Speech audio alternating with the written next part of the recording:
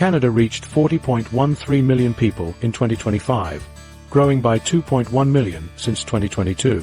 That represents a population increase driven primarily by immigration, with the country welcoming record numbers of new permanent residents. Australia hit 26.96 million people in 2025, up from 25.5 million in recent years. The growth rate reached 2.3% annually, meaning Australia adds roughly 600,000 new residents every year through a combination of immigration and natural increase. The urban concentration patterns reveal shocking disparities.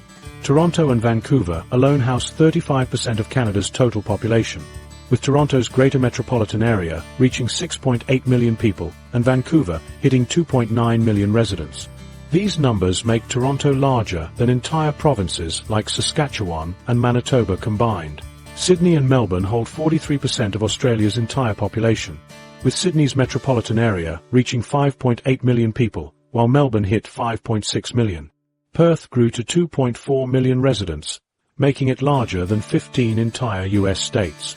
The population density numbers remain mind-blowing when you consider the sheer size of these countries.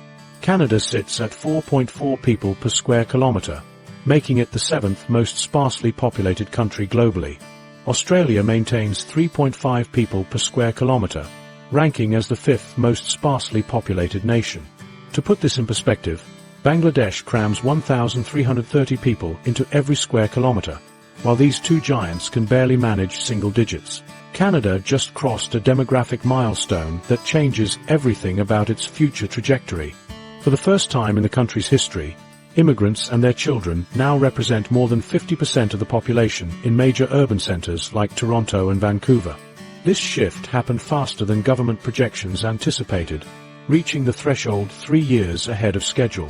The implications ripple through everything from political representation to cultural identity to economic policy. These population changes strain infrastructure systems beyond their designed capacity. Toronto's public transit system operates at 140% capacity during peak hours, while Vancouver's housing shortage reached crisis levels with average home prices hitting 15 times median household income. Sydney faces similar housing pressures, with rental vacancy rates dropping below 1% for the first time. Melbourne's population growth outpaced infrastructure development, creating traffic congestion that costs the economy an estimated $8 billion annually. Healthcare systems buckle under the demographic pressure. Canada added 400,000 new patients to its healthcare rolls without proportional increases in medical staff or facilities. Family doctor shortages reached 6.5 million Canadians who lack access to primary care. Australia faces similar challenges, with emergency room wait times in major cities reaching record highs. Both countries struggle to train enough healthcare workers to serve their rapidly growing populations. The geographic distribution of these populations reveals shocking concentration patterns. In Canada, 90% of the population lives within 160 kilometers of the US border, leaving vast northern territories virtually empty. The three northern territories combined house fewer people than a mid-sized Canadian city.